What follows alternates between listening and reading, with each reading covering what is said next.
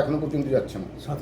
মমতা ব্যানার্জি জেলে যাবেন যদি ওদেরকে বাঁচান না। মমতা ব্যানার্জিকে জেলে যেতে হবে, এই অবস্থা এখন চলে গেছে ভারতবর্ষে। মমতা ব্যানার্জি ভাবছেন কি পশ্চিমবাংলা বাইরে আছে, উনার এখানে উনি আইন চালাবেন, সেটা হবে না, যেতে হবে। আজকে লাস্ট ডেট আছে, আমার মনে হচ্ছে আজকে লাস্ট ডেট আছে, আজকে যেতেই হবে। না গেলে সে অ্যারেস্ট হবে, যে বাঁচাবে সেও অ্যারেস্ট হবে।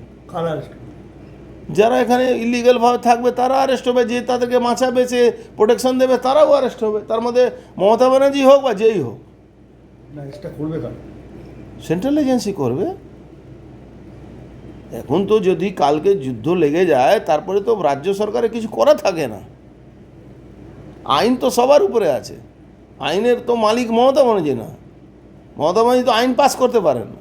আইন পাস হয়ে লোকসভা রাজ্যসভা, আইন তো পশ্চিমবাংলা বিধানসভা করতে পারবে না। আইনের বিরুদ্ধেও তো একাধিক কাজ করছে।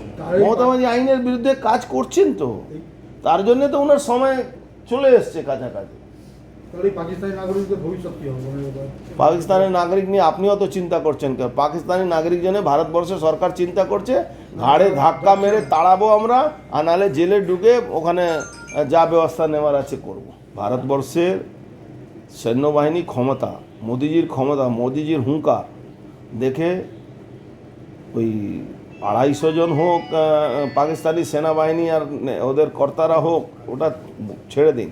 আপনি কিছু সকালবেলা কোনো দিন শুনবেন কি ওখানকার প্রাইম মিনিস্টার পাকিস্তান ছেড়ে দুবাই চলে গেছে বা লন্ডন চলে গেছে। বাংলা খবর, আপনার রাজনীতি, আপনার আওয়াজ।